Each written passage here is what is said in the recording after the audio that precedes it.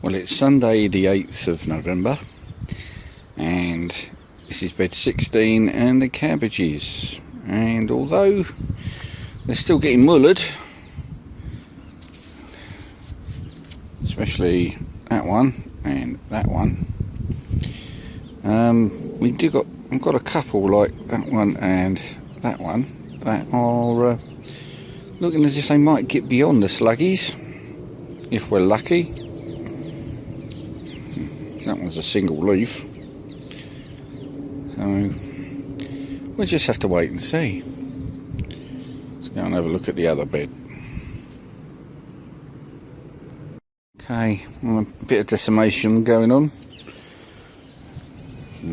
Where are we? That one's not looking so good, and that one's not looking so good. But the others seem to be holding their own at the moment. But the three that went in, out of the three that went in there, there are two left. Well, bits of ones left anyway. So I don't hold out much hope for those ones, but we'll have to see.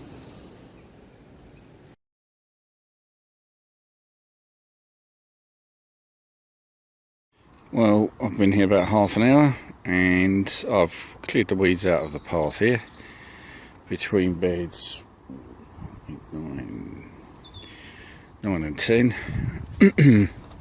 and I've cleared bed 15 and the weeds from around bed 15, so a few more weeds out the back and bed 14 to hit next.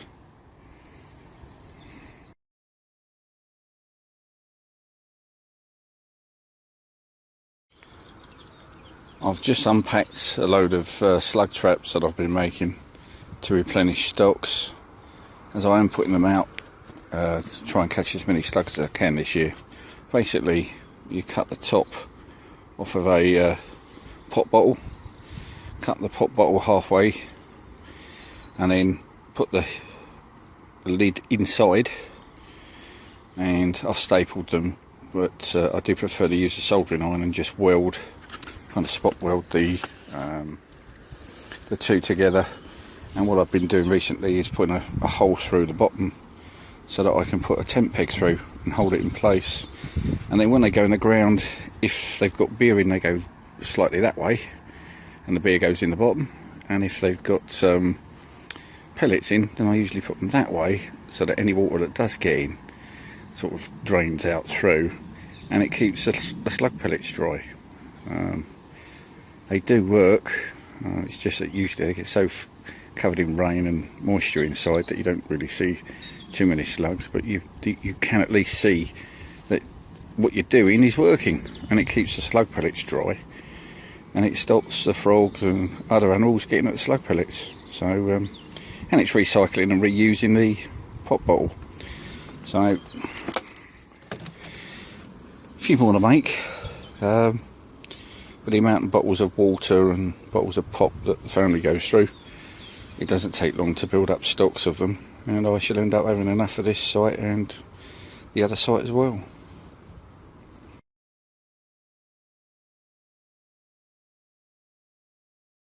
Okay, so bed 14 is now clear, and finally I've got somewhere to put in these overwintering onions where I haven't grown onions before, because I have had onion end rot problems on the site, so we'll have to see what happens. A lot of this bed is kind of made ground anyway. It was all sieved and lots of core wood added to it this year. It looks really nice actually, having now cleared the membrane off of it, which is around there hanging up to kind of dry off a bit before I brush it off to put it away for the winter. If the wind doesn't take it. Right, so first row in, and I'm using the saddle hoe as a measure between the rows. I've made 6 little holes there. they're the ones that are about to go in. So I should just keep doing this until all these blades of grass are in here, and then if I get time, I'll get some hoops over the top, and if I can find some netting, get some netting over to stop the birds pulling them out. I was just about to go when I noticed this little fella. Look, he's already heading for him. He's got a coat out, hasn't he? Well, the Japanese onions are in, and I've put slug traps down, and in the process of putting it in, I've killed an awful lot of slugs. I don't fancy their chances. Hello. I don't fancy their chances very much. There's a little bugger on his way to decimate something. I should kill him. There's loads of them coming out from all over the place. Anyway, there's one going for a feed there. At least they seem to be working.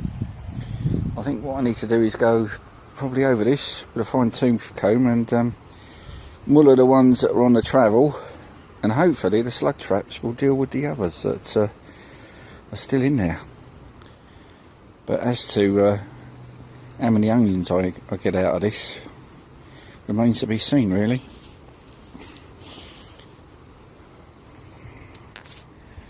Well, the hoops and the bracing is in place now.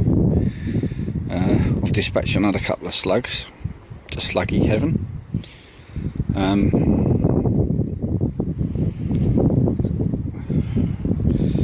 So I shall find the netting, gives this lot of water, and then cover it up. Okay, it's 11:15. Morning's just flying past, and I'm about to have a cup of coffee because I found a net and I've secured it to the hoop frame. I've watered in the Japanese onions, and I've found as many little blighters as I can and dispatched them to sluggy heaven. So let's just hope they last. There's 48 Japanese onions, overwintering onions in there. So if I get 30 out of that, I'll be happy.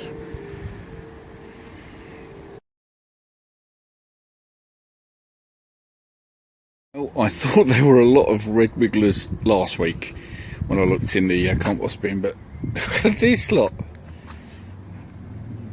I just cannot believe it. Okay, you're obviously doing a good job, chaps. There's loads of them in here, around the edges, all over the place. Okay, I'll leave you alone to do what you're doing. I'm not going to top you up anymore. Blimey, they're on the outside and everything now. Oh well, yep, leave you to it, guys. You're doing a good job.